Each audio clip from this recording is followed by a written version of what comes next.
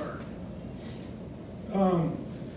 I think that style of offense that we played against was the first time we've seen a lot of heavy throwing. And so I think we'll probably, get on the film and learn some things from that. And so, I think it was a good win, in November against a team that was dangerous. And we came out early, played well, created some turnovers, and certainly made a lot of plays on the perimeter. In the run game, I thought, we moved the line of scrimmage, certainly something we've spent some time talking about as an offense.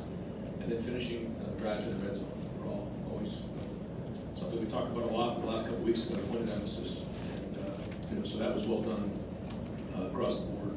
But, I don't know, we'll see. We'll get back on the film and figure that out. I mean, being the score was, 45-17 and a half. I mean, that's a heck of a half for sure. How do you think that'll be viewed in the state of Michigan? I don't know. I know that we got to play a couple of teams out there the next couple of weeks, so it's going to be a challenge. They're both very, very good teams. Michigan State's coming in here, and we got to get back to playing consistent football. And that's what it is in November. This is a typical November game in the Big Ten. It's wind, cold, and that's what we got to do. Best teams play well in November. Front row left, Dan Moe, 11 Warriors. Ryan, if the net Garrett Olson last week, he comes back and he scores 4 touchdowns tonight. Just what ways does he make a difference for his offense that allows him to play at this elite level?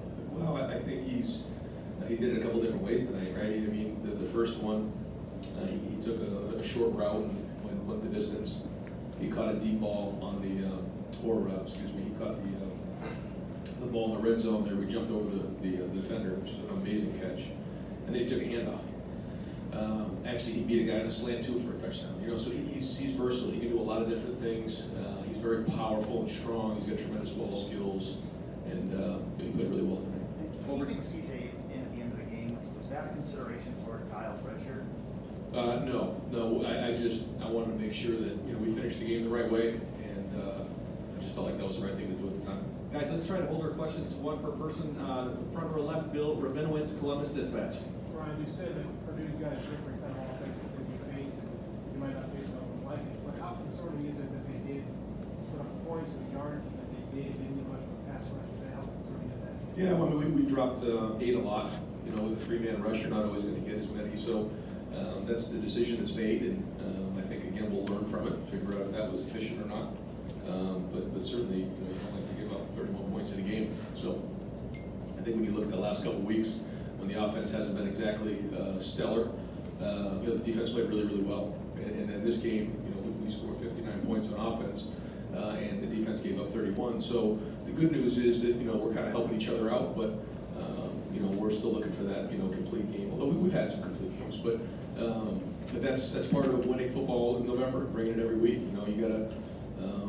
You gotta help each other out, and there's still a lot of good plays. Creating the turnover was huge, and but again, a different style, and a lot to learn from.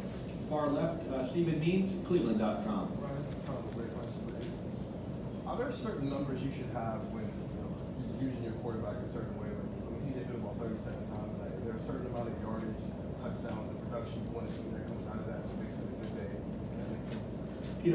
One of the things I think you saw early on was that we were kind of getting the ball in the perimeter, some of the quicker throws, because they were bringing a lot of zero pressure. They were doing some different things that we wanted to really push the ball out there and see if we could make some guys miss in space, and we did. And you can see that out there. So that was really good. I mentioned to CJ coming in. Well, first off, I thought CJ had the best preparation of the season this week. He was on his game. I mean, they brought some different things that made it challenging, but he really put a lot of work in, and I was glad to see him get paid off like that. But two, we also talked about it may have been a higher completion percentage game, but maybe not as many yards. Wasn't sure, based on how we were putting the game plan together. So I think the answer to your question just depends on the style of defense that you're playing. They ended up playing a little more zero than we expected, so the numbers got a little higher. Right next door, Bill Landis, The Athletic.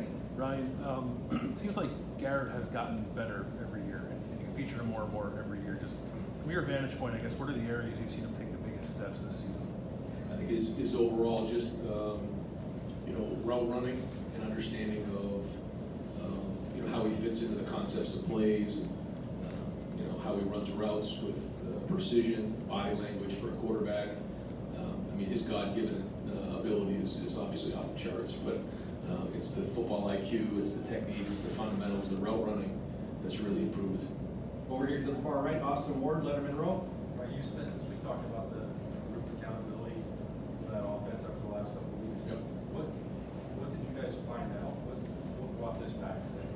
I just think it was one of those, you said to grab everybody's attention that week, and when we talked about the penalties, I think we had maybe two. It was the hold on the touchdown, and then we had a couple guys false start. There might have been three, but yeah, there's three. But I think that was the thing that was getting us off schedule, and we stayed on schedule, we kept the ball rolling, but we also ran the football more efficiently. So the runs, the big runs will happen, but it's those hard 4 and 5s. Even that last drive that we had, I think it was in the third quarter there, I guess.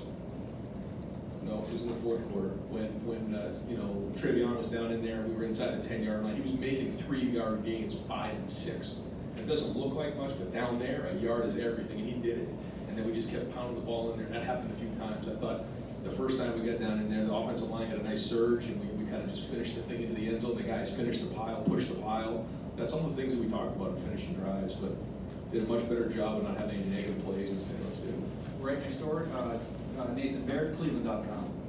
Well, this is a very quiet game, really, for the period of time. How much of that was something you guys maybe scheme for, how much was just those tackles? Was that nothing to do with it? I have to look. We definitely did some different things to try to avoid the exposure to him, but I also, we didn't overdo it either. So I have to look at the film and see. But if I had to just guess, I would say that they did a good job against him. He's a very good player. When you get the holding call there, probably shouldn't put Ruck in that situation. That's on me. It was a longer developing play. Probably should have slid to him, but he's a very, very good player. Second row left, Patrick Murphy, 24/7. Ryan, you mentioned getting the run game going with those tough yards. What was different today that allowed that to get going for you guys? Is it just a focus? Was it different defense? What did you make of it? I think it's probably a little bit of everything. It's just a rebite of focus in all areas. I think that we gave him a better plan, just really clean plan of coming off the ball. But I also think our pad level was better. I thought the running backs were running harder. I thought that CJ made some really good decisions when it was an overloaded box. He got the ball on the perimeter. So I think it was kind of all the above.